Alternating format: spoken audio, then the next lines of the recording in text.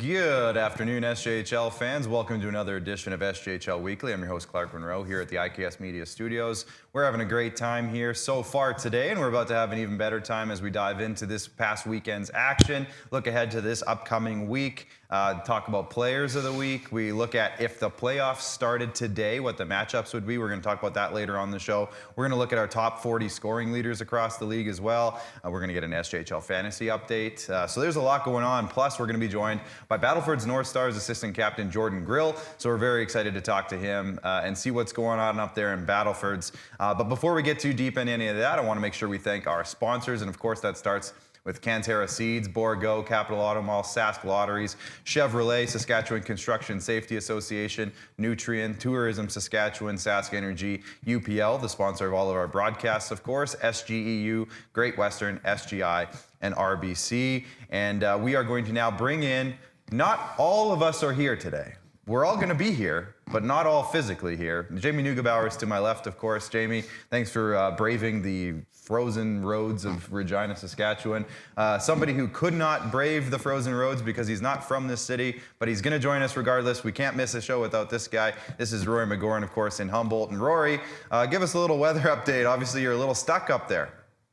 Yeah, slippery, slushy, icy, snowy, whatever diction you want to use to describe highway hotline, travel not recommended. So I just drive a little Acura car, and I was like, boys, I probably should just do this one virtually. You don't have the tank all chained up and everything ready to roll down? You just called Rory stuck up? Oh, man. I didn't say stuck up. He said stuck up there. That was off the air. That was off the air. You weren't supposed to say that publicly. I should say, I just want to quickly say, Rory, we do really appreciate how much you drive. People don't know, Rory comes physically from Humboldt to Regina and back every Monday for the show as much as humanly possibly can. So thanks for that. Everybody give Rory a round of applause wherever you are.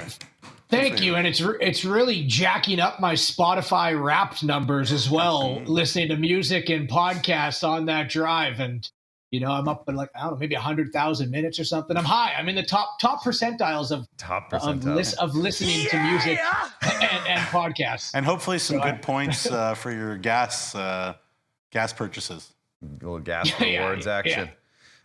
Before we get started, if you're watching on Facebook or YouTube, please make sure to comment in throughout the show. Our director, Ryan, in the back room is going to be throwing up comments across platforms throughout the show, so make sure we want to hear from you guys. We want to hear what you guys want to talk about, what you're worried about, what you're happy about. Let us know. We'll talk about it throughout the show. And if you're watching on Twitter, please hit a retweet or share the show wherever you can. Hit the like button, hit the share button, and let us know what you want to talk about. That's the three biggest things we want to get into. But guys, let's have a look. Let's dive right in. Let's have a look at the weekend action as it was. Of course, this is Friday. Nipawin snuck away with a 5-3 win. I shouldn't say snuck away. They won 5-3. Weyburn maybe snuck away with a 5-4 shootout win over Battlefords in Battlefords. Flin Flon with a 3-1 win over Melville. That was a big game, and we'll talk about that in a little bit here on the Flin Flon side. And Melfort tripled up Larange 6-2 at the Northern Lights Palace on Friday. And then Kindersley with a 5-2 win over Humboldt. And then on Saturday, there is a small little error on the Saturday graphic. That's okay, though. We'll power through this regardless. The Yorkton Terriers beat Kindersley 4-3. In Yorkton. Notre Dame, big 6-4 win over Humboldt on Saturday night. Nipawin again with a 4-3 victory in overtime. I believe it was Eric Hoynes with the overtime winner in that one. Flin Flon tripled up Melville again, just a different way, 6-2 instead of 3-1 on Saturday night. So another big win from Flin Flon. This Kindersley Humboldt game should say Weyburn Battlefords. So that's the only error on this graphic. And then, of course, we wrap it up with an 8-0 win for the Melfort Mustangs at the Melhagen Uniplex. And guys, there's some headlines that come out of this. Let's start with Goliath versus Goliath. Now, we're going to look at our headlines a little bit differently this week. We can put the graphic up, guys. Here's our 5 headlines from the weekend. We're going to do it a little differently today. Rather than going into all the positives and stuff that we are seeing from the Melfort Mustangs and the Flin Flon Bombers, let's kind of compare these two teams and how they've gotten to the point that they're at so far this season. We can bring it back into the studio now as we talk about Goliath versus Goliath, and the Melfort Mustangs and Flin Flon Bombers win streaks just keep adding up, you guys. We talked about a couple weeks ago the Flin Flon Bombers. Will they lose a game before the Christmas break? Kind of jokingly. But at the same time, it's still going, and we're still talking about it. So, guys, let's go into the Melfort Mustangs and the Flin Flon Bombers. Maybe compare the two teams, and let's talk about that a little bit. Rory, maybe I'll start with you if you don't mind. Yeah, it's two juggernauts right now. Melfort slightly deserving of that title a little more, but let's be real. Flin Flon's right there too. They're showing no signs of slowing down. And I think the question that we kind of want to pose to each other is, since later in the show we're going to be talking about if the playoffs start right now, we're only halfway through the season, but fun to always look at that. What are the matchups going to be? Well, another hypothetical question is, who would you prefer to play if you're an opposition coach? The Flin Flon Bombers, who just have seemed to figure everything out, or the Melfort Mustangs, who have been this good since the start of the year? And I know we did it a couple of months back, comparing Melfort to Melville, and kind of the only way you can compare these two teams is to really go to a smaller sample size and break them down: offense, defense, goaltenders, special teams, all that type of thing. So that's what I kind of want to do with you guys as well. And, we've said all the positives about Flin Flon. We've said all the positives about Melfort. The one thing that Flin Flon has this year that they don't have from last year is adversity, right? They didn't face a lot of it in the regular season. They faced it early this year. Melfort is just ready to go every single game. I can't take anything away from them. 15 times they've led after the first, 17 times they've led after the second, undefeated in all of those games, mind you. But yeah, if we started off firstly, who would you rather play if the playoffs started right now? And I'll throw that question to Newsy. Okay, well, I'm going to right away disagree with you, Rory, that you said that Melfort was slightly more deserving of this idea of a juggernaut. And the only way that we can go about this is recency. And really that's 9 games. So that's 9 games. Before those 9 games, it was before BK, I call it, before keeper, and AK after keeper. So before Matthew Keeper arrived in Flin Flon at the beginning of November, and after Matthew Keeper. And yes, obviously it's not just one guy, but when you have 100% faith in your goaltender, that changes absolutely everything. So let's dive into some stats here right away. So first of all, my answer to that question, Rory, is I would rather face Melfort. Okay. Now, I don't know if there's really no wrong answer. I was trying to act shocked, but at the same time, it's like they're both very good. Here's a few stats. Yeah. Here's a few stats, and it's AK, because we live in the AK world. Yeah, it's where we are. Flin Flon's Corsi is 61%. That means they're in the offensive zone all night. Flin Flon is at 55%. So still extremely good, but Flin Flon is over 60%. That's the first in the league. Flin Flon, 4.2 expected goals per game. Melfort, 3.78. So still both terrific. Melfort expecting over 4 goals a game. That is insane. They take their chances.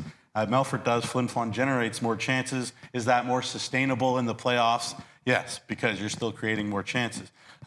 Keeper versus Coombs. Again, both of them terrific. We'll talk about goaltending, but the numbers, they bear out slightly in Matthew Keeper's favor. We can get into the goalie category more specifically. And then the last thing I'll say is Mike Reagan's attention. Guys, Mike Reagan's attention. He's a human being. His full attention, is it in Flin Flon? Is it for Canada? Yes, he's great. Yes, he works hard. And doing a terrific job no matter where he is, but he's a human being. So what will there be like when his attention can be fully on Flin Flon? So to answer that question, Rory, I'm saying Flin Flon. Okay.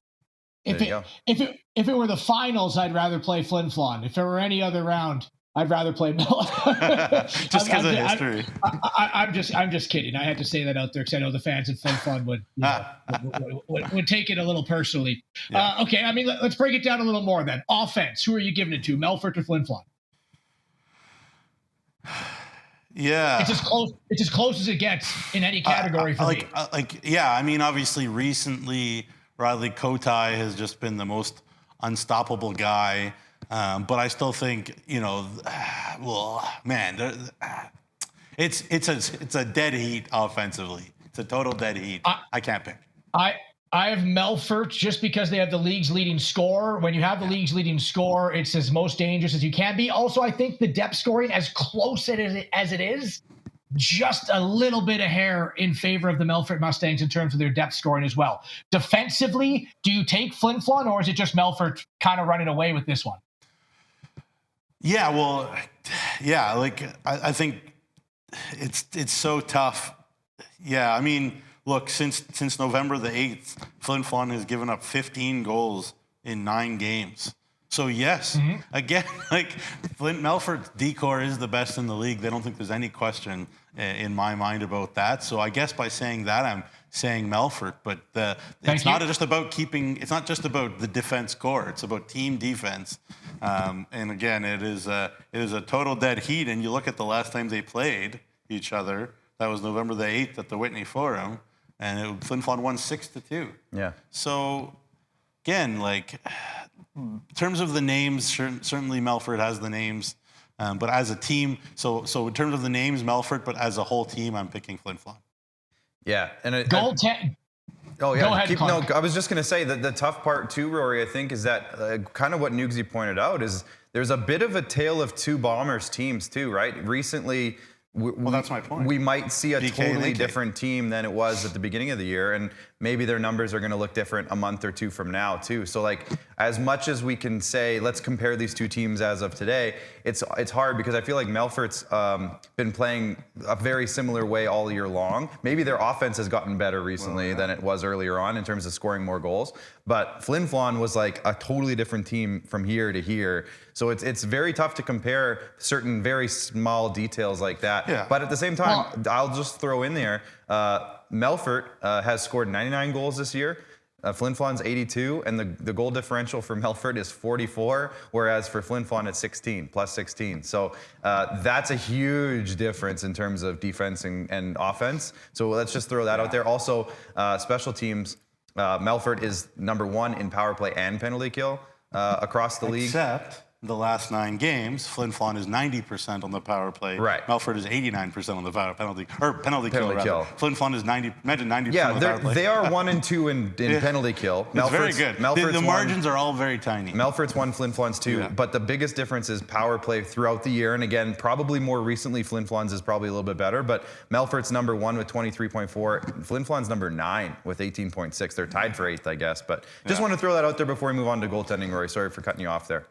No, it's fine, but the way we're comparing it is today. Yeah. Throw out 25 games. It's right now. If they played each other right now, if you're taking the defense core off of Melfort, can you put that defense core on all the 11 teams and that's the one you trust more? Can you put the Flin Flon defenseman on all other 11 teams and that's the one you trust more? Right now, not 26 games ago. Yeah. So that's what I'm saying. Melfort is, for me, the defense that I would put on any other team and trust a little bit more. Right. Yeah. Goaltending, mind you, and I'll start this one, I'm going to agree with Nugsy. Matthew Keeper, I think, is the one goaltender combined, and what have they done in the past? I don't care. Right now, Matthew Keeper, I'm saying Flin Flon has the edge in goaltending.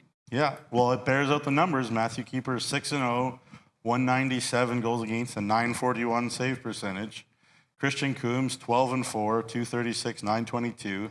And, a part of that is, splitting it up between Coombs and Kenny Marquardt, or Coombs and Malacca, pardon me, who's been very good for Melfort. And there might be a day, and I'm not knocking Christian Coombs, but Rory, you can tell me if you agree with this or not. There might be a day when we get to the postseason, could be the second round, could be the finals, where people say, will Blevins start Coombs or will he start Matt and Malacca? Like, is that crazy, or do you have to go with the veteran?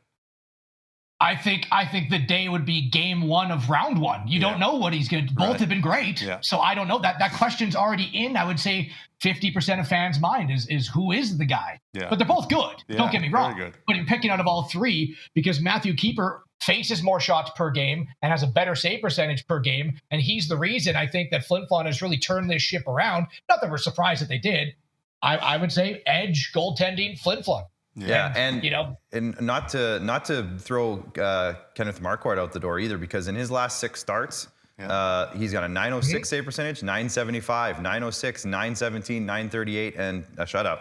Or 1,000 save percentage. Yeah. So shutout. So he's also stepped up too in the presence of Matthew Keeper, and now all of a sudden we're looking at 2 goaltending tandems who over the last month and a bit have been rock solid. For both of those teams. So it's a fun conversation, Rory. Like, it's a good point. It's razor thin. We're not chirping anybody. Like, it's just they're both like they look like unstoppable forces Yeah. right now. I do want to quickly also mention in the Flin Flon 2-game series against Melville, who is in net for Melville? Taylor Tabashniak, Yes. both games. So Doug Johnson, you know, the way he is as a coach, he doesn't he cares about kids' feelings, I guess, but it's more to him about who do I think will win this game for us right now. They didn't go with the guy they just traded for, Laurette, who wasn't there yet, I guess, but you know, Luke Bruner was on the bench. They went with an AP. Obviously, Tabashnik, to me, is a borderline Western Hockey League goaltender, having a wonderful year in AAA. But he was awesome for Melville up at the Whitney Forum. Yeah, and against a very tough opponent, as we were talking about. And there's a reason why this topic is called Goliath versus Goliath, everybody. They're very good. Yeah. But who would you rather face in the finals? I'd rather face Melfort still, as good as they are. Flin Flon, the chip on their shoulder has to be huge. And like they are, if like what happened to start the finals last year, like that cannot happen again for a Flin Flon team not to be ready for game 1 in the finals at the Whitney Forum. That can't happen again, and it won't happen again. I don't believe it. So. Yeah. It's Flin Flon for me. Sorry, I'd rather play Flin Flon Bombers right now. Melfort has been doing this all year. Yeah. And I think the only thing for me is, again, in a couple of months, this conversation, we'll have it again probably, is that Melfort has been here all year. We saw it with Flin Flon last year where they were here all year. Flin Flon is trending, right? Like they are going up. So I'm wondering if there's a bit more of a mid-season momentum push potentially where come playoff time, holy cow, I'd be scared of Flin Flon. Both options are bad. And Mike will come back. And Mike will come back in a week. And Cole McKegg and them are doing a wonderful job. Yeah. Cole McKegg could easily be the head coach and GM of a team in this league. Like there's no question in my mind. And he's probably doing a wonderful job up in Flin Flon right now. But Mike will come back. Hockey Canada will be in the rear view, picking teams, looking at players, all this stuff. I'm sure he loves it. But he's going to be 1,000% on making Flin Flon a juggernaut as much as possible. Again, I believe that Mike will give them another 1 to 2%. Yeah, I kind of that's the scary part for me is that mid-season momentum boost and that Flin Flon chip on your shoulder. And last question, I'll give it to you, Rory. Simple. Is Flin Flon better off without Carter Anderson? That they don't have to say, okay, like we're in a bind, we need a goal. It's on you, Carter. Figure it out. That's the Austin. Too small of a sample size for me to really say that they are. I'm impressed that they've been as good as they are without him because of how much of an X factor he is. Yeah. Overall, are they better without him? I don't know. They've been really, really cohesive and strong so far without following his departure. I would argue that Flin Flon team at times, especially in the finals, they waited for Justin Lee's line to just do something, and everybody else was like, well, we'll just wait until those guys do something. And I think it's better for them just as a collective to not be like, well, let's wait for Carter Anderson to do something. As good as like Leighton Carruthers and those guys have been, which they've been very good, but Ryder Ringer, etc. Good take. But that's what I think. It's the old, as a Leafs fan, Nugsy, you know that this conversation's been going around with the whole Austin Matthews thing in Toronto. They won a bunch of games without him, and now he's back, and they've lost a couple, and it's like, are they trying to push it too hard? Anyways, that's a whole conversation we don't have to get into.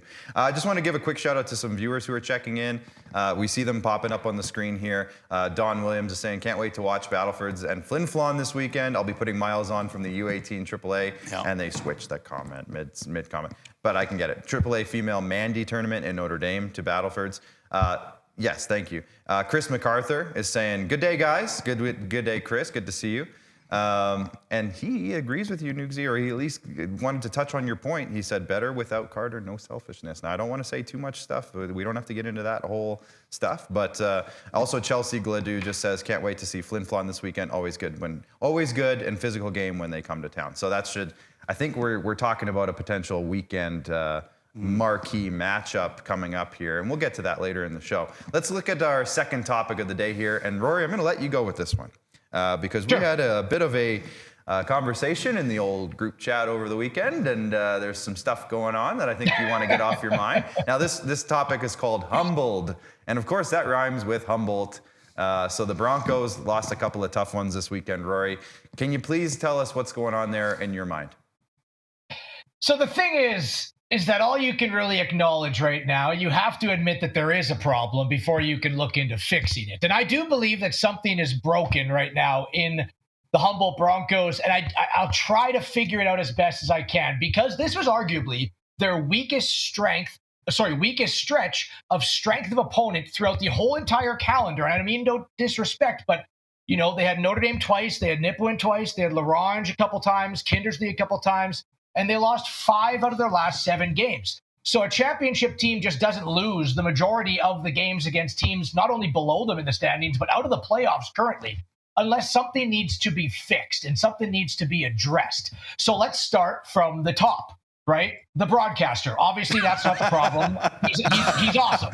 So there is no Where do we bias. find that guy? There is no bias in that take. No bias.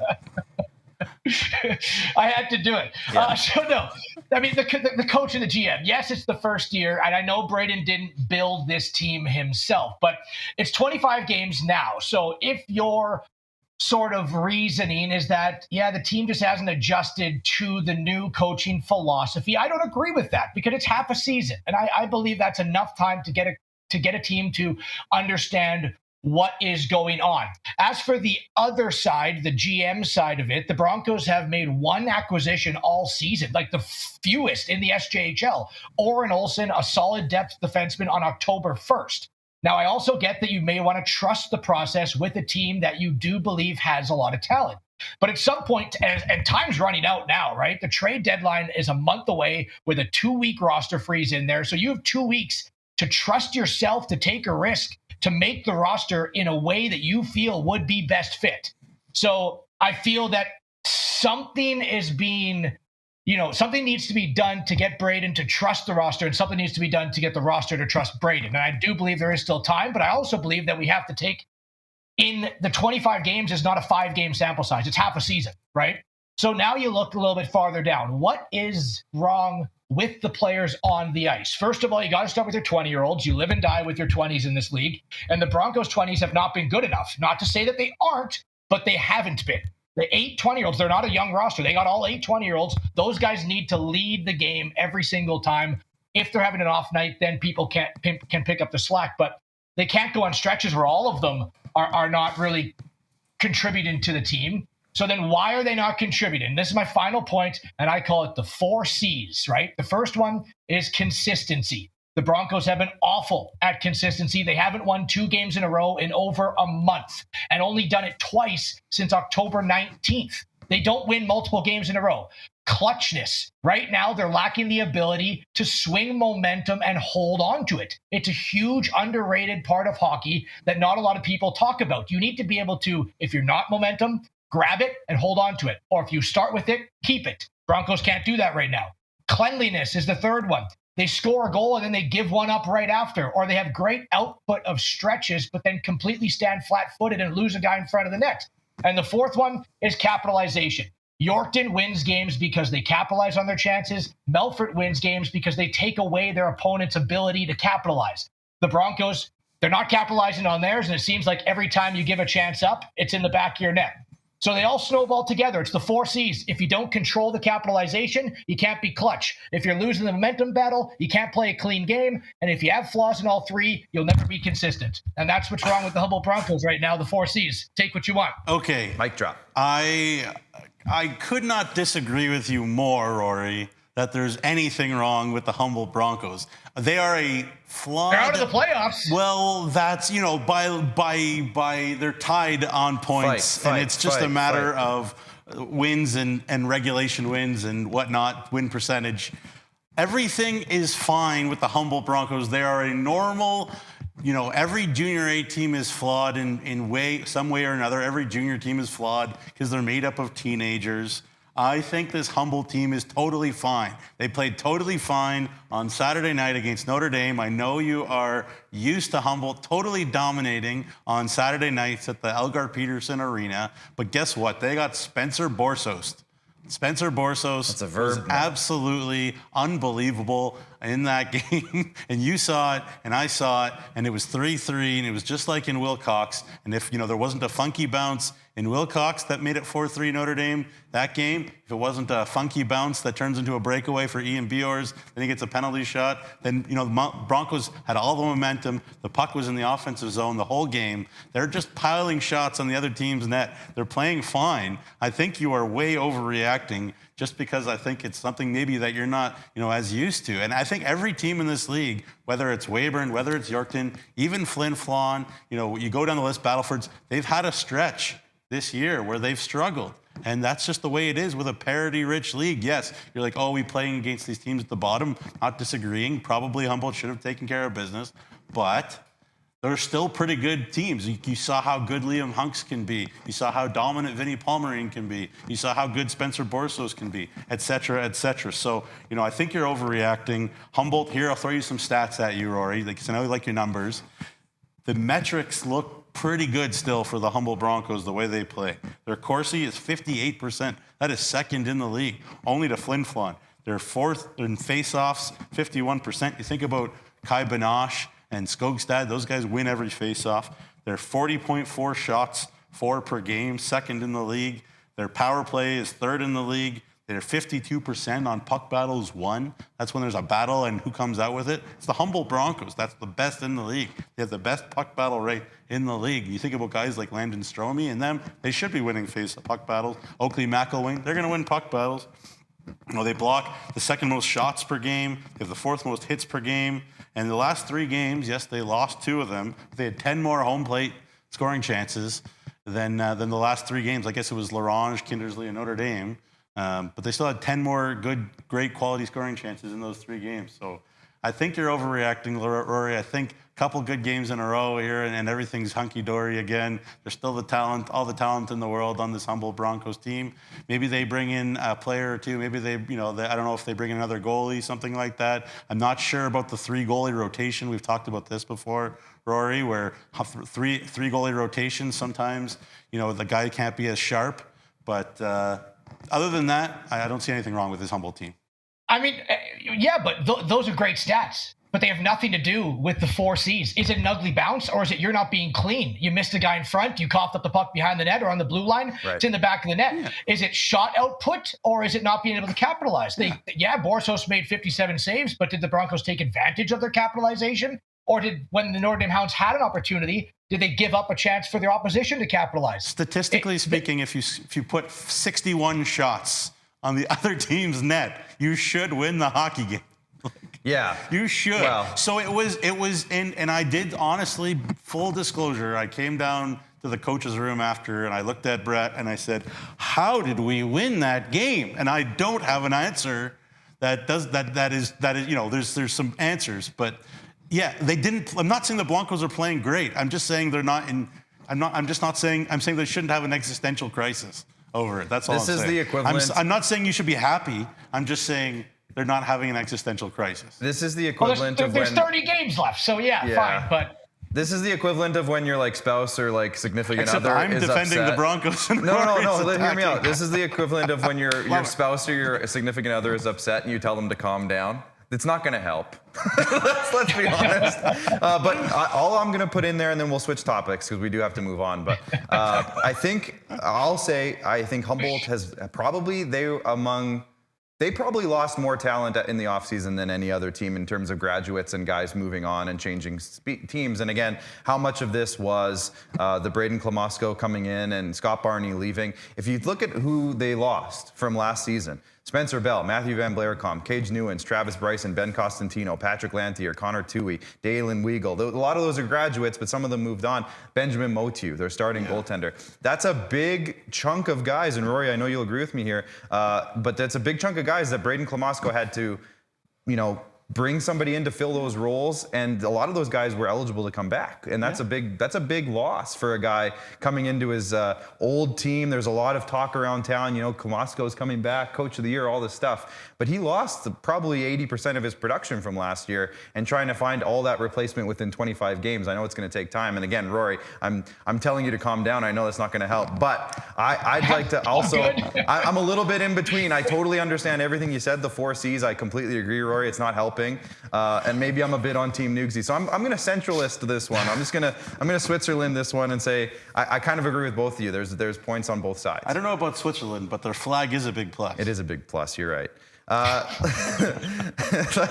On that note, I think we'll move on to topic number 3. And of course, that's follow the North Star, the Battlefords North Stars. I know we have some North Stars fans tuned in right now, as we always do. But they just keep on keeping on. And I think they're impressing a lot of us here. And Rory, I think one of your biggest things is that they have a lot of guys who are maybe in the category of overachieving, playing very well that we weren't really expecting. Nugsy, maybe I'll start with you because I think this is one you wanted to touch on, is just the North Stars. I think they're just doing so well right now, and what's going on there. Yeah, I just wish the real North Stars would just stop teasing us. That's all. Some weeks they do this, and yes, like the Weyburn Red Wings lost their cool, and Battlefords had 10 power plays. Yeah. If you have 10 power plays, you should win the hockey game, especially the other team has 3.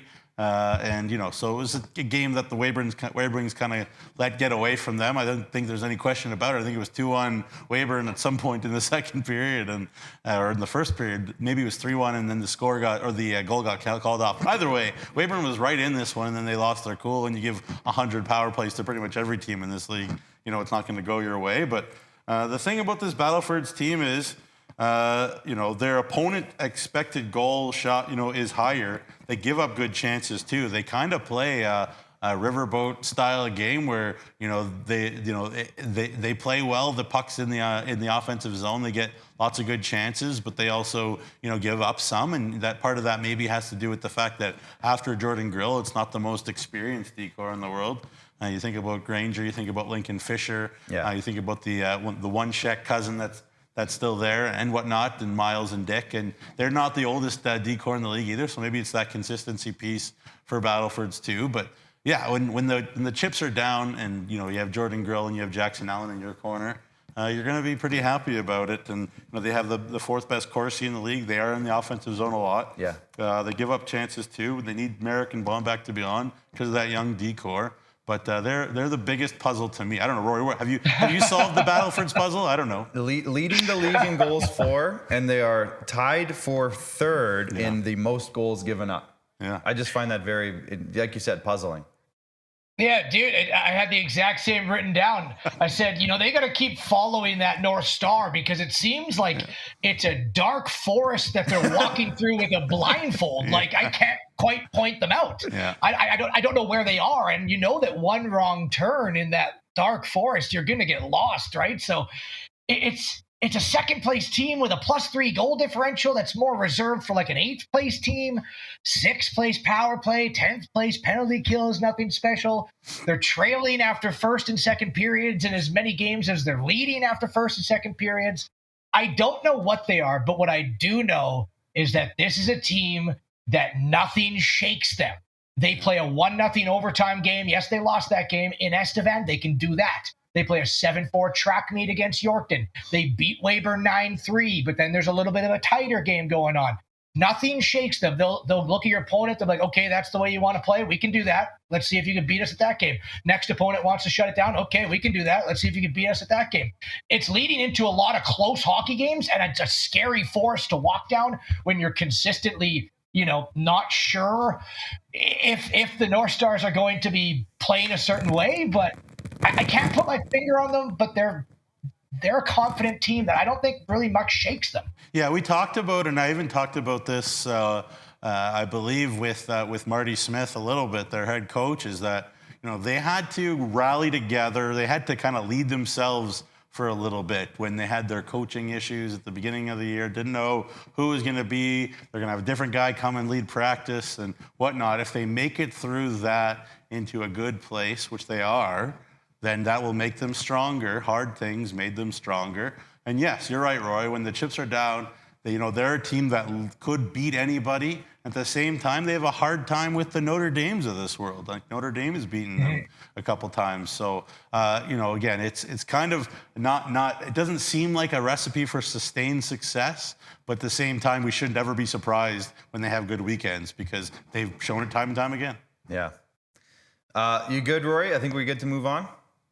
Yes. Okay, we're going to move on to our 4th headline here. The Underdogs, underdogging Now, this one is basically we're looking at the teams right now that are out of the playoffs, if I'm not mistaken. And we're talking about Nipawin here. We're talking about Estevan. We're talking about Notre Dame. Basically, guys who we could see coming up here, kind of playing spoilers, maybe making a late push for a playoff spot. Yeah. Uzi, I'll start with you because I know your team that is in that category, the Notre Dame Hounds. Yeah. And who do you like in terms of the underdogs right now? Where do you see in from the underdog teams? Yeah, I mean, I think Estevan is looking for a veteran goaltender.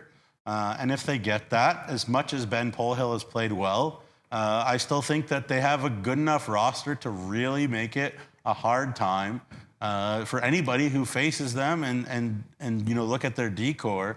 I mean, when they're healthy especially, they're so experienced. Yeah. They're so veteran. These guys have been there and done that. Owen Simmons, a piece of that championship team. You go on the list, obviously, Kieran Ronan. I put him in the top 5D in the whole league, et cetera, et cetera. So they got minute munchers back there, and then they got to find enough goals up front. Ewan Rennie, when he's in, he is a hard guy to stop. Kent Moores, when he's in, he's a hard guy to stop. And as long as they can get something, just something from Kennedy and Hufty, those type of guys, and Brady Wilson on a consistent basis, and I think that this Estevan team is the clear answer out of that group. I don't know. What do you think, Rory? I think I'm changing it on you. And I mean, I know your follow-up question was maybe make a push to the playoffs. Hey, we saw how hard it was to get 4 points and grow up and go up the standings unless you win 9 games like the Flin Flon Bombers, right? Like they were winning 7 games in a row and we're still in 7th place in the league. Like it's entirely possible that making up 8 points from now to the end of the season is next to impossible with the way that everyone else is playing. But I do think the Notre Dame Hounds are the most structured team to play the thorn in the side of everyone else in the league, especially that 8-9 split that are trying to make the playoffs, or the 6th place, 5th place if one falls down, right? I like Borsos. I've seen what he's done. I like how the Hounds, block shots. I like how they play in front of the house. They got some guys that could put the puck in the net that we thought that maybe would be their Achilles heel is when are they going to find scoring. And I know, Nugsy, you didn't pick your team, but I'm going to do that. I like the Hounds being that thorn in the side of the teams that are trying to make the playoffs. And I think that they can upset a few of these big teams throughout the run. Is 8 points, again, are they going to make the playoffs? 8 points is just so much right now. It's hard to get 2 points. And it's hard to get 2 points when other teams above you don't get the 2 points. Mm-hmm. So it's not impossible. It's improbable, but they are the thorn in the side of the rest of the SJHL to me. Well, yeah, I mean, first of all, I mean, the thing I always look at, and we've talked about this a lot, Rory, whenever we're on a broadcast and there's an underdog and a top dog, the first thing I say is, can this goalie have a great night? Do we expect this goalie to have a great night? And I do expect Spencer Borsos to have a great night every time he's out there. You ever going to get tired? Well, that's the thing. And I keep asking him, are you tired? He's like, no, I'm great. Had a great sleep. Shows me his phone. He says, I got a 99% score on my sleep last night. I'm like, that wasn't my question, but I'm glad you're getting great sleep, Spencer. He's just so positive. That positive energy doesn't get too high, too low. I got to get on the Spencer Borsos sleep plan. Yeah, I got to figure out what that kid is doing. He's doing great. But, I got to also give props to the Nipawin Hawks. Yeah. They have rejigged their decor. They get 2 wins against Estevan. We'd be remiss if we don't mention that, right? They got a hat trick from Finley Radloff one night. They get an overtime winner on a power play from Eric Hoynes.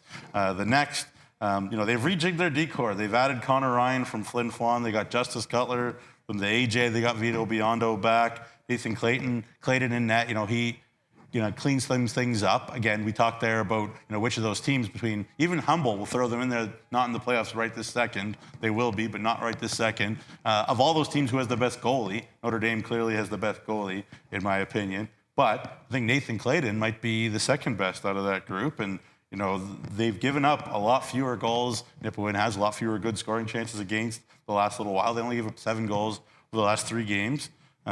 They're playing shorthanded. They have some injury problems right now. But I always say, tell me who's injured. Don't just tell me how many guys are injured. Yeah. With no disrespect to anybody, because all these guys are great players. But some of them are, the ones that are driving the train. Some of them are not as much driving the train, we'll say. Other guys who are driving the train on the ice anyways.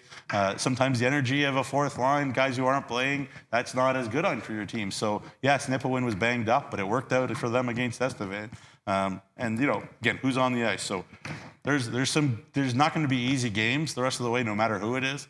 But got to give props to a bunch of teams. Yeah, and Nipawin, by the way, love the jerseys. But they're, holy cow, I was watching the highlights earlier. Love the jerseys that you guys got rocking right now. And I love the idea of kind of the bottom-feeding team of Nipawin with the young roster getting older and more experienced as the season goes along and becoming that ultimate spoiler at the end of the year, too, as their players get more comfortable in the league and as some of their veteran guys get more comfortable with the younger guys. And you see in Finley Radloff's stats moving up. You see other guys popping off. So I watch out for Nipawin. I'm going to say watch out for them. They're my team to watch out for going forward. I like it.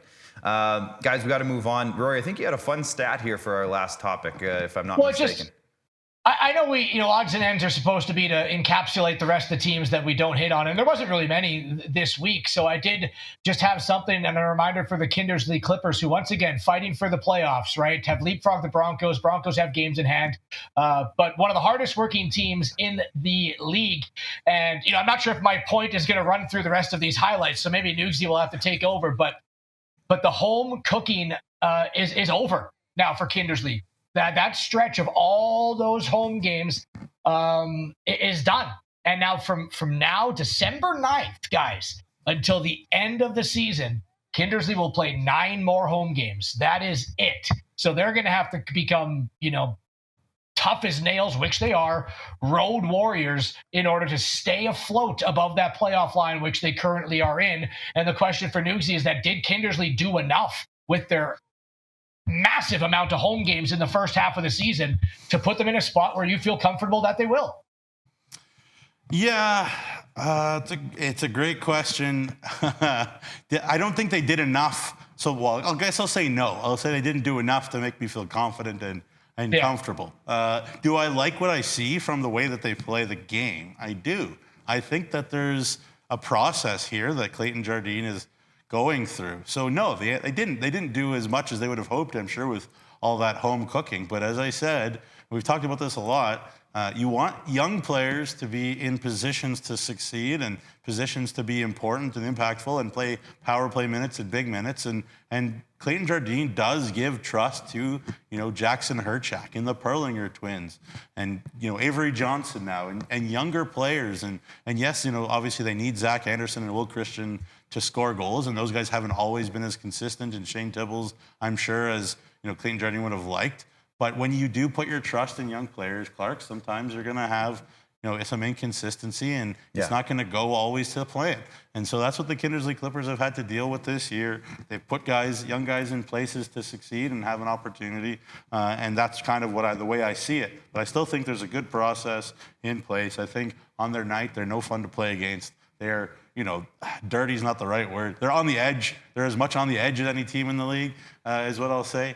And I like that about them. They're hard to play against teams. They're ready for the playoffs, and they're working towards that. So, did they do enough? No. Do I like what I see? Yes. Yeah. We have to move on just because we're short on time here before we get our guest in here. We're actually past time and we should probably be bringing in the guest. So, Jordan, if you're hanging out. Hang out. We're coming your way right away. Let's have a quick look at the standings. And now that we've kind of gone over the weekend as it is, Melfort now has a 9-point cushion in first place. Battleford's there with 33, as we mentioned. Flin Flon and Yorkton tied with 31. Weyburn right there with 30. They're finally playing games again, Weyburn. So look out for that number to keep going up. Melville came back now after a bit of a rough stretch. They're now sitting tight at 29 points in 6th place. A 3-way tie for 7th, as we all kind of mentioned. Humboldt's in there. We talked about them a lot. Larange and Kindersley tied at 27 points. Estevan at 22. Their games in hand is now shrunk. They have fewer games in hand than they have all season. Notre Dame with 19 and Nipawin with 15. Let's have a quick look at the division standings. In the Viterra division, you see that 3-way battle for the top spot with Yorkton, Weyburn, and Melville at 31, 30, and 29 respectively. Estevan's there at 22. In the Sherwood division, Melfort with 42, Flin Flon 31, Larange 27, and Nipawin down there with 15. But again, you can see that past 10 games for Nipawin, it's better than it has been in a while. They are putting some wins together. The Nutrien division, Battlefords with 33 leading the way. Kindersley Humboldt tie with 27.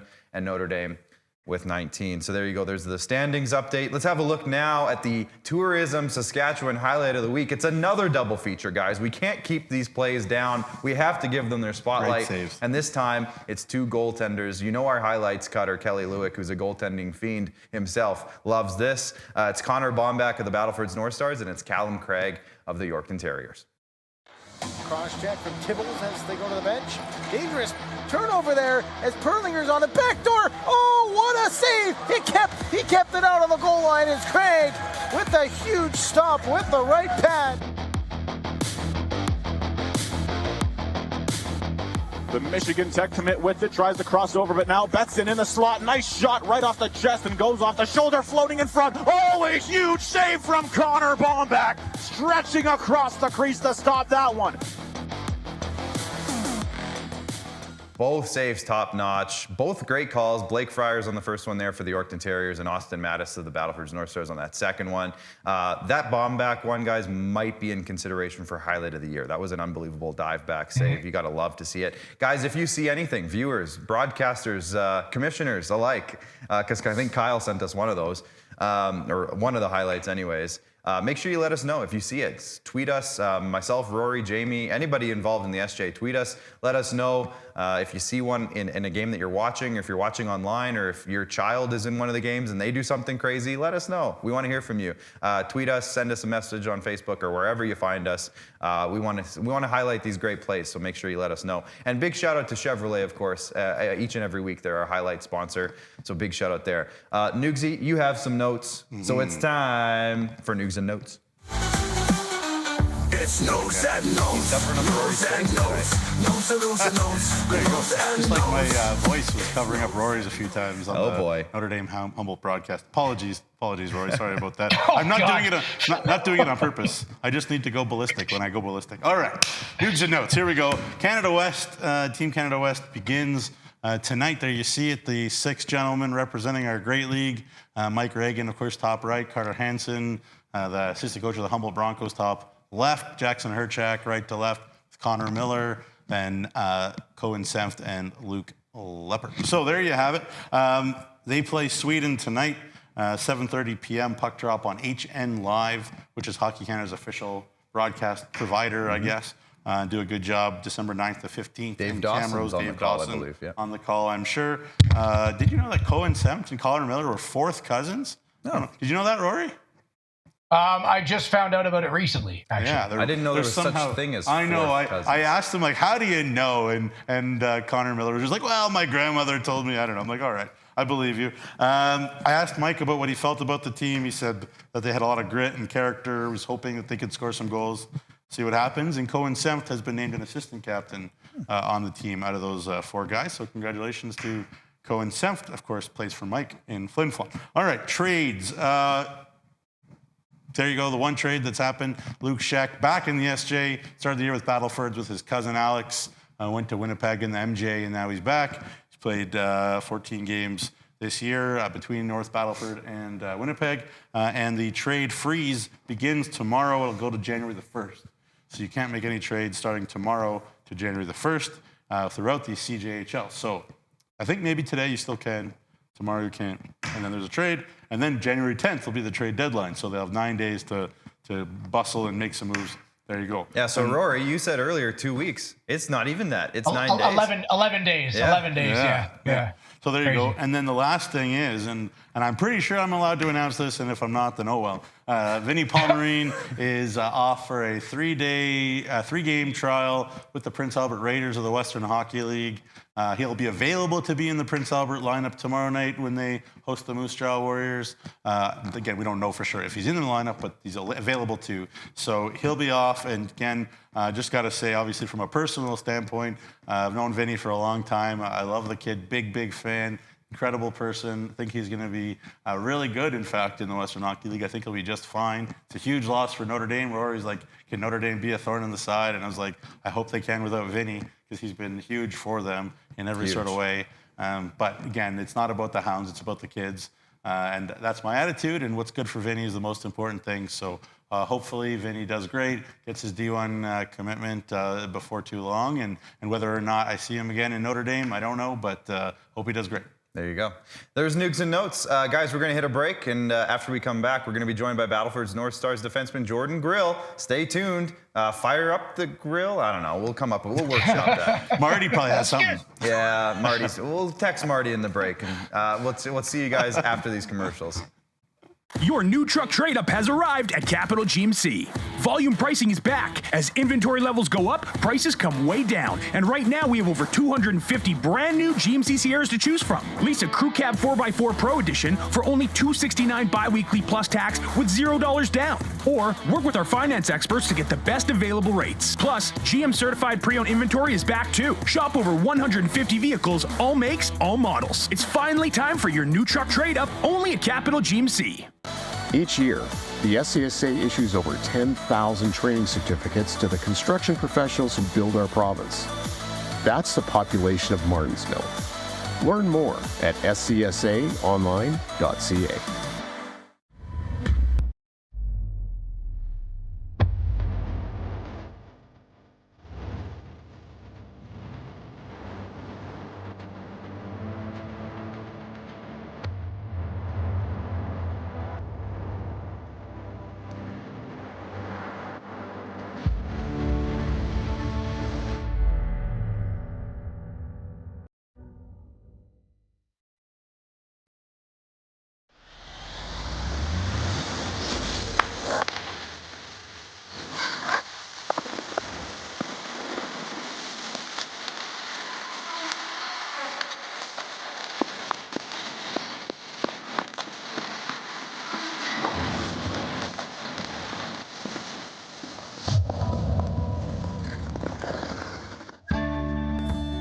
Saskatchewan's far north is where the land itself inspires. It's the beauty and power of wilderness, the solitude of a place far removed from what you might know. When this landscape surrounds you, it's like nothing else. Come and let it awaken you, energize you. Come and create your story in our Northern Lights and Waterways. Saskatchewan. In a year where Amazon sold its first book, Alanis topped the charts, and the Frappuccino became cool, we were there. Trusted by the Saskatchewan construction industry since 1995. Learn more at scsaonline.ca. As a student, things can pile up fast. Ouch. But the RBC Student Banking Bundle makes back to school easier with up to $275 in value. That's a whole pile of takeout. Introducing SaskTel Student Saving Tips. Tip number 138. You could build your own pallet furniture. So you're living on your own. You can save money by building furniture with pallets.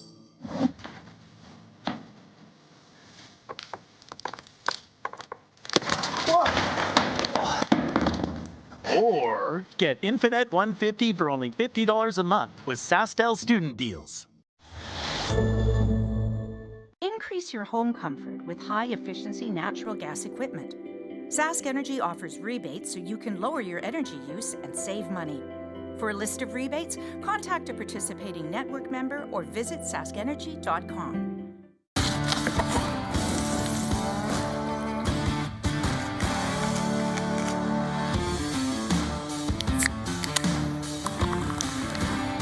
Original 16. Celebrate things done well.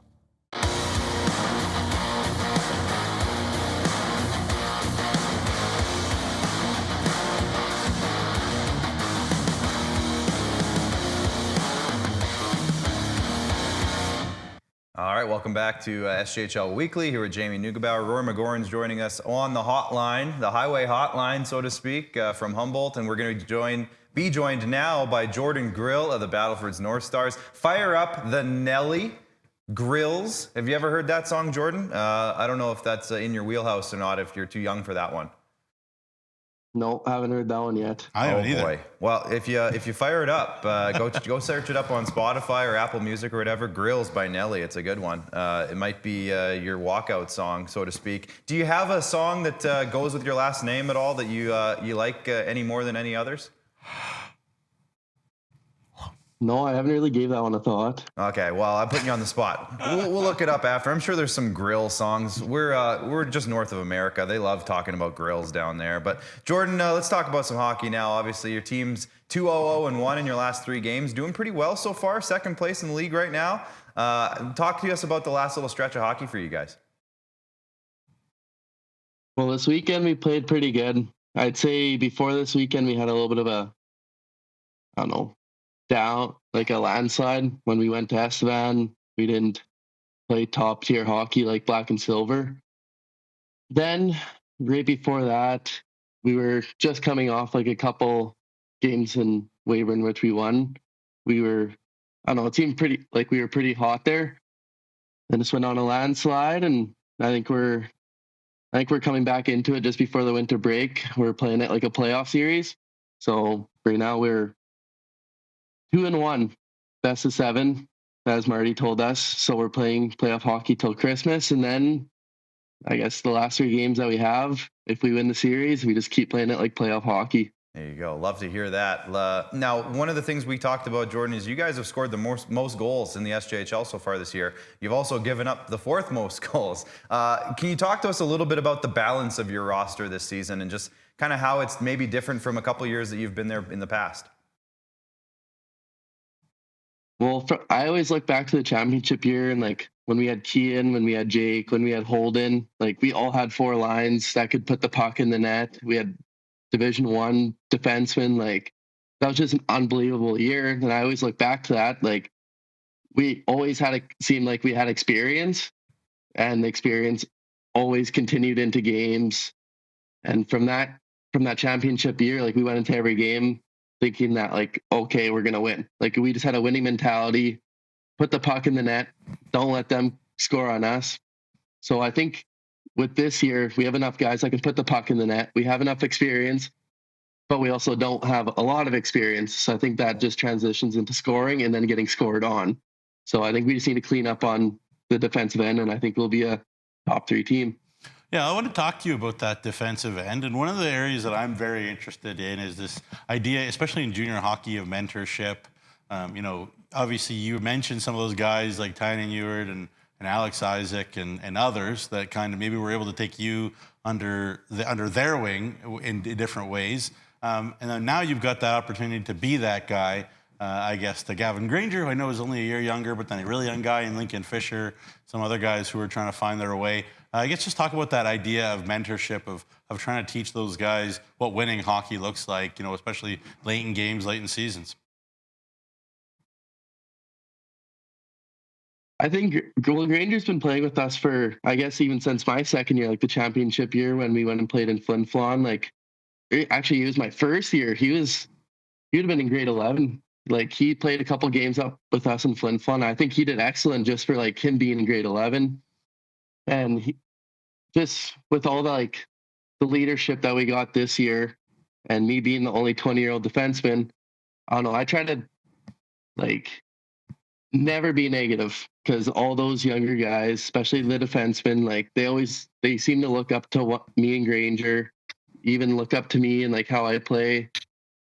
I don't know. I just kind of teach them not to give up, play hard. And I think Fisher, for his size, like he throws around the body like he's 6'4", or he tries to, I should say. He tries to throw around his weight. And we have Miles. He's a big defenseman, and I think he's learning to adapt to the play style, and how I think he sees it as like experience too.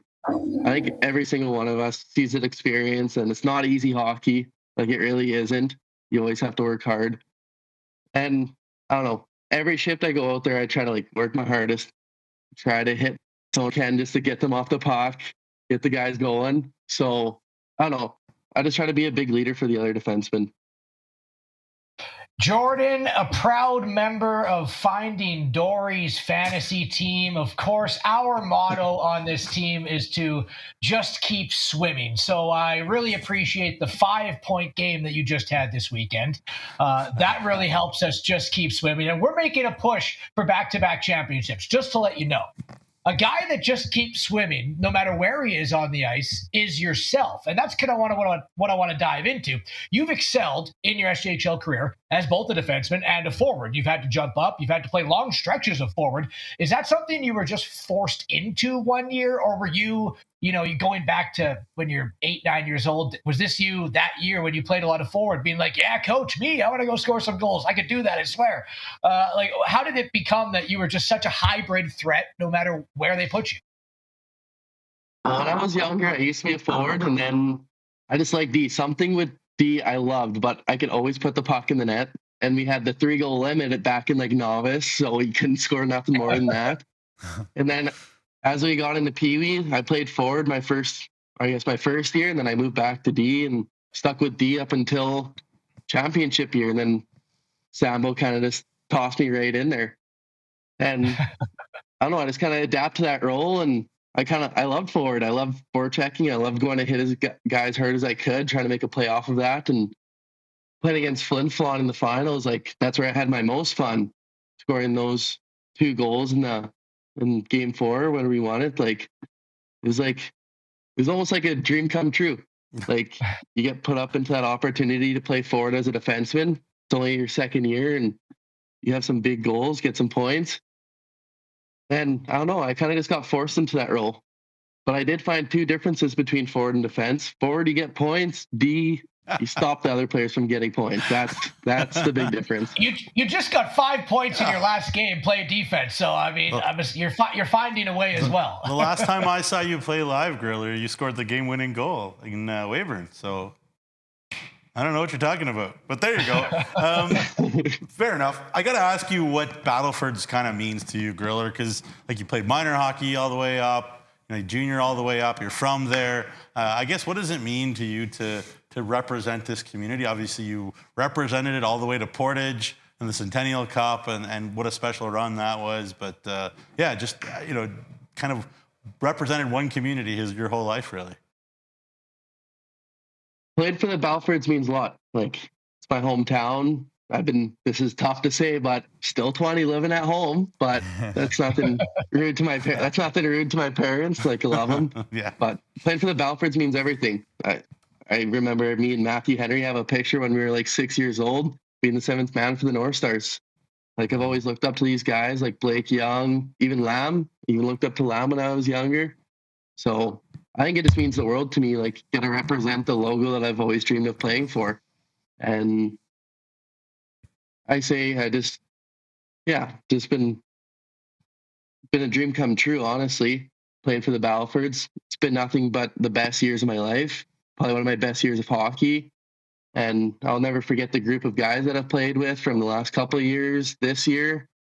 And it just means a lot because I used to be in a position where those little kids are now versus I used to be in that position. So seeing those little kids smile, giving them knuckles on the way out, it's a dream. Yeah, Jordan, just as a person in their 30s who's had a mortgage and rental payments, don't feel bad about living with your parents. Life comes at you fast. You'll have more than enough time to live outside of your parents' house. You'll be all right. Jordan, can you talk to us about just some of, you mentioned the championship teams. There was so much firepower on those teams. You talk about Kean Bell and Holden Dole. We can go on and on and on.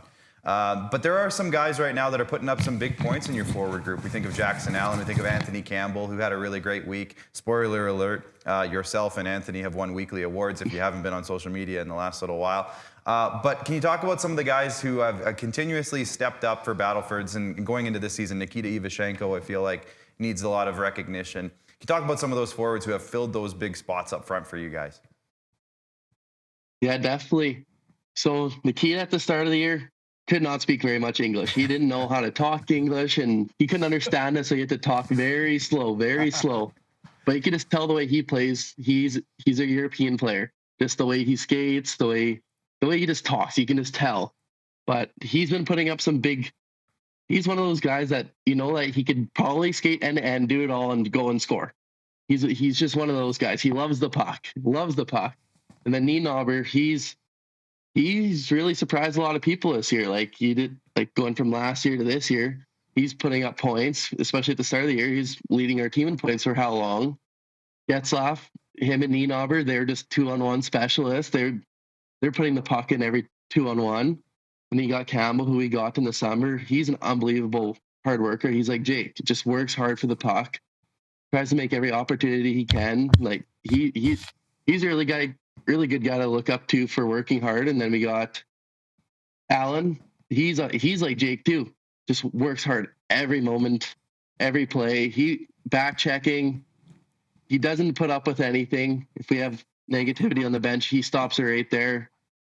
Then we got Boucher. He's a guy that we got in the summer. He's smaller, but he works hard. We have so many guys on the team that can just put the puck in the net, that work hard. So, and then we got Elijah. Elijah had two fancy goals this weekend, and we were all cheering on the bench pretty loud, especially against Swayburn. He's a really good guy. He can put the puck in the net if he wants to. He's kind of like Kean. If he gets an opportunity, he'll do it. So, I don't know, just all those guys. Everyone can put the puck in the net when they want. So, yeah, absolutely. We have a ton of guys who can do that. I think that sums it up pretty good. Like you said, there's a lot of guys probably that you haven't mentioned too that are having great seasons as well. I think Rory has got one. I think Nugsy's got one more, and then it's time for rapid round. So Rory, I'll let you get into it. Yeah, I mean, I'm assuming you were logged in before and you were catching our first segment. We were talking about the North Stars, and both me and Nugsy just couldn't put our finger on, like, what are they right now? I mean, I know they're a confident team that doesn't really matter what they go up against. They find a way to play that game better than the other team on most nights. But what is the biggest obstacle then for the North Stars? A guy who's played 3-4 seasons now with them. If we're struggling to find out who you are, what is your biggest obstacle? What do you guys got to overcome to become that team that everyone's like, that's who they are? I find just watching and even playing, our biggest problem right now is giving up on the play and just the little things. Like the little things have been making the biggest difference in the games. Like we're leading by 2 goals, 3 goals. And then the other team catches up to us. Now we're going into overtime. Then we're going into shootout. So I say it's just the little things. We're not finishing our checks. We're not taking our man. We're puck watching. So I think it's just a lot of cleaning up on those little things. And I think that's what's been getting us into trouble. So every game, every intermission, like if we're not doing the greatest, Marty comes in and says, clean up on the little things, like we're fine. So that's, I would say, is our biggest obstacle, is just not doing the little things. And just to get it back to those little things, I think. Sorry, go ahead. I think cleaning up on those little things, I think we can play with Melfort. We can play with every team in the league. I really appreciate you being as candid and saying that, and also cementing one of my 4 C's in cleanliness as a very, very important part of the game. So, Nugsy, you can finish up with your last question. Yeah, for sure. Make sure you wash your jerseys and your socks, all that kind of thing. Make sure that's all clean. Well, yeah, Jordan, I just got a bone to pick with you, because I was joking with Marty. Every time the Hounds and Stars have played this year, it's been an absolute barn burner. Like, I've lost hairs and gained hairs back, maybe because of excitement. I don't know. It's been a lot of fun every time the Stars and the Hounds have played this year. But one game, obviously, the Hounds were up 3-1. You guys rally. You go to overtime. And I heard that in practice and all the time, you're always shooting high, always miss the net on breakaways, and then one time you got a 2-on-1 and you snipe. So what was it about that one shot that you decided, you know what, I'm going to really stick it to Nugsy and do something different this time? Well, Marty's definitely not wrong. Even for the last couple of years, all my, like, Waldy and Menarnak, they would give it to me for shooting high and wide. That was their motto for me. So for that game, I don't know. I saw some room. I was like, I better not miss this, or do I give it to Ivashenko? I wasn't sure. What I should do. So I was like, I'm going for it. So kind of like blacked out for a second, shot it top left, and I went in. I was like, oh, thank God, because I knew Marty was going to say high and wide if I missed the net. Yeah, there you go. Everyone's going to trip me for missing high and wide. But yeah, I was so thankful it went in. Yeah. Well, I guess I'm your good luck. I was joking with Garth Grill that you guys should pay me to come, because every time I'm in the rink, you seem to light the house on fire, Jordan. So I'm taking a mini shot at you there, but really I'm paying you a compliment. So great year. All right, Rory, you're up. Jordan, it's time for Rory's Rapid Round presented by Elkridge Resort. Are you ready? Yep. All right, well, if you're cooking for the team, a barbecue outside, what would you cook up for the team on the Jordan Grill? Burgers. Burgers, beautiful. We're going Christmas talk here now, Jordan. If Santa could bring one present to the North Stars to help out throughout the rest of the season, what would Santa bring to the North Stars? White tape. Can you recite Santa's reindeers for us, please, in order? That I cannot do. That I have no idea. Nugsy, can you do it or no? Rudolph. No, in order, the other way. Oh, no. Dasher, Dancer, Donner, Blitzen, Cupid. Way off. Am I way off? Dasher, Dancer, Prancer, Vixen, Comet, Cupid, Donner, Blitzen. Yeah, you're right. Is I was the off. order. And the most famous one of all, Rudolph. That's right. That's Rudolph. Yeah. I actually wrote a Christmas song last year too that had that in there. So wow. So you have that's why Humboldt. That's why I remember. Cheater. Yeah. Okay. So who would be the best North Star at Christmas caroling? Owen Dick. Okay. Which North Star would be the best Grinch at a Christmas party, and who's dressing up as Santa? Alan is the Grinch, and Granger is Santa. Beautiful. And now let's test your memory and your trivia mind here to wrap it up. How many career regular season games have you played? I want to say 140 something. 147. Very good. Do you have more career PIMs or more career games played in the regular season? Games played. It's PIMs by 2. You have 149 PIMs and 147 games played. What was the final score of the championship winning game 2 years ago? 7-3? 7-4. Very, very close. And you scored 2 goals in that game. Both of them only had a single assist. There was no secondary assist, just the primary. Who were the 2 guys that assisted your 2 championship game goals? Klein on the second one, and then the first one there. Defenseman, not there anymore. Tynan. Jordan Gibbs. Oh, Gibbs. Yeah, I'm not sure if that was, a misstep by the referee and it never got changed because who cares, and it's a championship, but it was listed as Jordan Gibbs. Final one, because you got to clear up some things for the guys. We always have a debate about this in the back. Should Nikita Ivashenko be a rookie? God, that's a yes and no. He was a rookie at the start of the year until he wasn't very happy that he was a rookie, so he said, whatever, he's a vet. I like that. Yeah. He pushed back a little bit. Okay, good. So, hey, if he wants to be a vet, we can't give him Rookie of the Week honors anymore. He's out. We got to give him Forward of the Week. I love it. Jordan, say hi to the boys for us, and good luck the rest of the way here. We'll chat with you down the road. Thanks for joining us today. Sweet, thanks for having me. All right, there you go, Jordan Grill.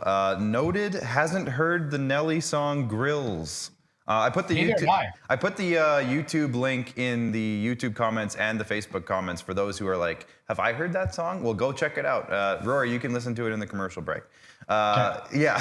So anyways, we're going to head a commercial break. Speaking of that, and when we come back, we're going to breeze through Players of the Week, a playoff look if playoffs started today, top 40 scores. We're going to see who we think might jump up really soon, and Fantasy League update. Holy cow, a lot to get to in our third segment, but stay tuned till after the break. The Chevrolet Silverado 1500. Advanced power and capability to tackle the long hauls. Style to make a statement on the streets.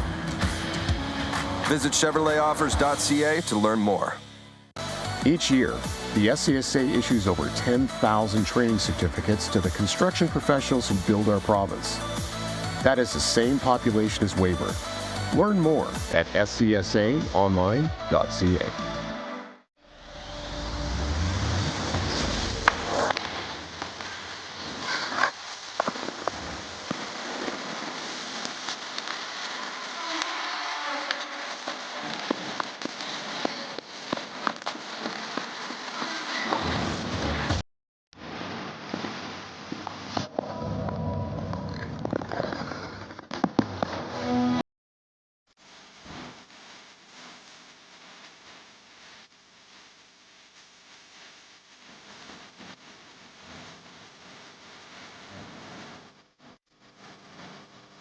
When you buy a lottery ticket in Saskatchewan, your money really goes a long way.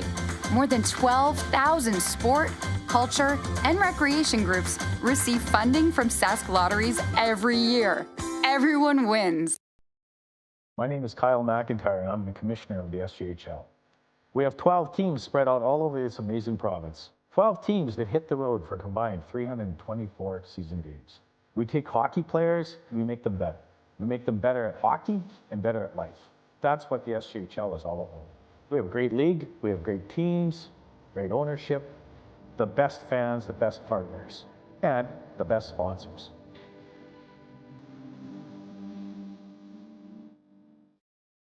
Sask Energy Network members are the best choice for natural gas solutions for your home or business. With comprehensive services like heating equipment maintenance, appliance installation, and in-store financing, they have natural gas solutions that go beyond heating to bring you the comfort, efficiency, and reliability of natural gas, both indoors and outdoors, all year long. For whole home natural gas solutions, network members burn brighter. Introducing SaskTel Student Saving Tips. Tip number 236. You could dye your own hair.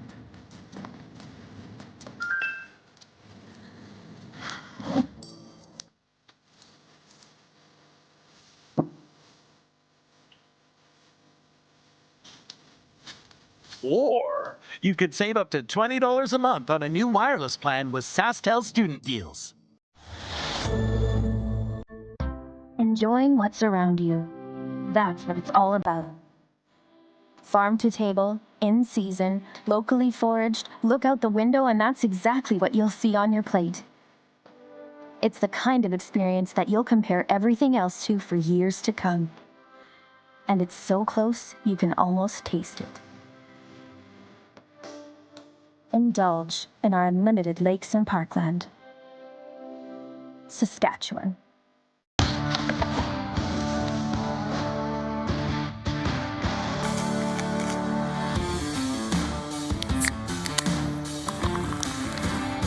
Original 16. Celebrate things done well.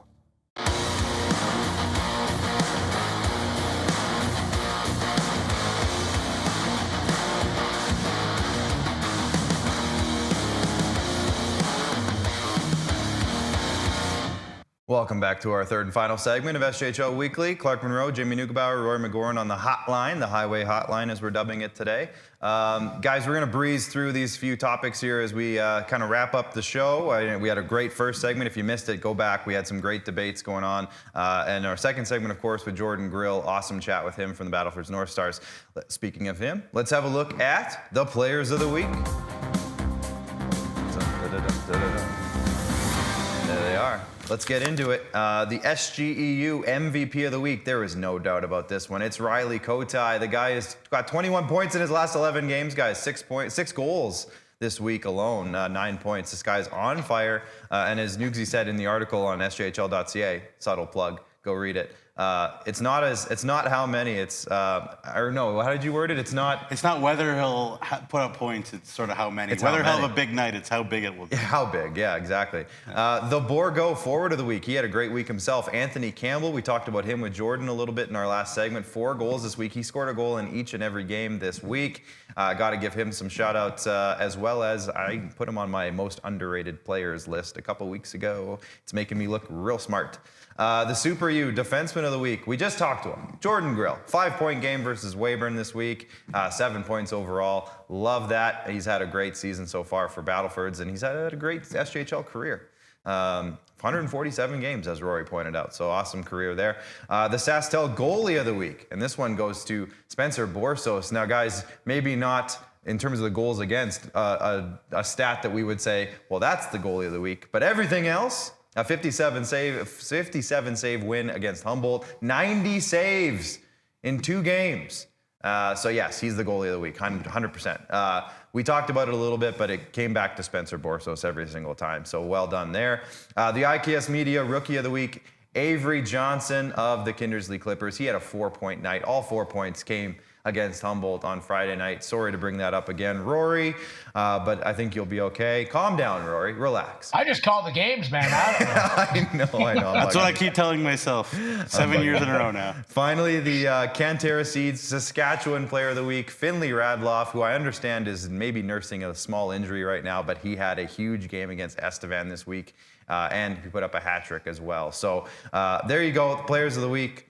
Love to go into those every week, and really great performances. A lot of we could have went several ways. Can I tell a little story? Yeah. So Vinny walks onto the bus after Humboldt. Yeah. And he looks at me and he says, "Wasn't that Streetsy kid on your fantasy team?" And I said, "Yep." And he had taken a penalty. Vinny did, like late in the game with the game kind of out of hand, and then Streetsy scores on the power play. He's like, "Well, then I guess I did you a solid." Yeah, thanks, Vinny. That's Vinny's. He's such a funny kid. Yeah, great sense of humor. That's funny. Guys, I want to bring back the standings and just really quickly go into if the playoffs started today. This is one of my favorite things to do throughout the season. I know it's about halfway now for most of the teams. Some of the teams have hit the halfway mark. Some are just on the edge of it. But if the playoffs were to end today for the fans, the Melfort Mustangs will be playing the Kindersley Clippers as of this very moment. Of course, that can change, and it will change probably within the next couple of days. But the Battlefords North Stars would play the Larange Ice Wolves in round number 1. That would be interesting. Flin Flon and Melville, they just played each other this weekend, and you know that they would. It would be a very interesting first-round matchup. And then, of course, the Viterra Division rivalry, Yorkton versus Weyburn. Holy cow, in round number 1. Would that be fun? Guys, is there one that stands out to you really quick that would be like, holy cow, that would be an amazing series? I mean, the obvious one is the Viterra one between Weyburn and Yorkton. I think the other ones are nice and fine. But Weyburn Yorkton is the clear one because I would have no idea who to pick. Yeah, that would be wild. Yeah, Rory, any standout for you? Yeah, Nugsy's such a nice and professional guy there. I mean, we got to look at it hoping that things shake up outside of Weyburn Yorkton. I'm like, that's just a bunch of blah. Like, there's no storylines that. I mean, all the teams are great. I'm not saying that, but storylines, narrative, right? Divisional, former players on former teams. There's no storylines with the matchups. I'm like, things have hopefully changed, and this isn't what it is, but it'll all be good. Yeah, just the two most veteran coaches in our league between like Doug and Mike Reagan. That's a good storyline. Blevins is up there, that's a good storyline. But I'm sure Mike would probably prefer to avoid Melville if he could. But yeah. Yeah, that's the storyline is of those bottom 4 teams in the standings right now, who do you want to avoid? And the answer is most of them. That's just the way the league is this year. So it's going to be a lot of fun. We'll have that conversation a little bit farther down the line when it's a bit more kind of structured and laid out. I'm hoping by the time it comes around where we have this conversation again, that we actually have a little bit more of, we know what this league is. Right now, it's still wild, which is great for everybody. Another topic I wanted to just talk about, and I think was this Rory? Was this you? The top 20 scores. Now, like, we got the graphic update and everything, so we should be good to go here for this segment here. But the top 20, these are the top 20 as it stands today. As you can see, it starts at Riley Kotai, who's having an unbelievable stretch. And we talked about Nikita Ivashenko for Battlefords, who's having a great season. And then down the line, as you can see, so many good players, so many stars. And it ends up with Max Chakrabarty there in the 20 spot. But if we move on to the next 20 players, there's also a ton of talent here. And guys, my question for you now is, of these 20 guys, I guess 19, if we're not counting Carter Anderson, of course, but of these 19 guys, Who can you see blasting off and taking off in the second half of the season and jumping into the top 20? Maybe a couple names if you want. Rory, we'll start with you. Yeah, I mean, if you want to keep that up there, you don't need to see my face anymore. We know that Yorkton can score goals. We knew that he was going to be a big trade chip coming back. We know that he doesn't necessarily always get the best defensive assignments against the other team. David Coyle with a point per game, I see could go up to about a 1.3, 1.4 points per game in the second half. He's a really interesting guy for me. And then we never talk about Zayden Saddlemeyer of the Melfort Mustangs. A guy coming in with a lot of Melfort experience shadows in front of him, but we need to start putting some respect on Zayden Saddlemeyer, who I could also see jumping up and becoming, 1.2, 1.3 points per game again in the second half. Yeah. Nugsy? Yeah, I mean, I think it's kind of last chance saloon here for Jacob Kazette, of course. And we always talk about how good a player he is, but he does go through some dry spells. But he is such a dangerous player. He plays so hard and so fast. And up in L'Orange, I mean, there's goal-scoring chances to be had. And so, I'm expecting a big second half from Mr. Jacob Kazette. And then the one guy that I think continues to be overlooked in this league, and if he can stay healthy, then he'll just keep putting up points. It's Kent Moores. Yeah. As long as he's in this league, and as long as he's playing, and as long as he's healthy in the lineup, I mean, he is a hard guy to stop. He's got 10 goals, as you can see. He's in that double-digit goal category. Great speed, great hands. He can kind of do it all. Or we kind of compared him to Kean Bell. Like he could score in bunches if he just gets it going.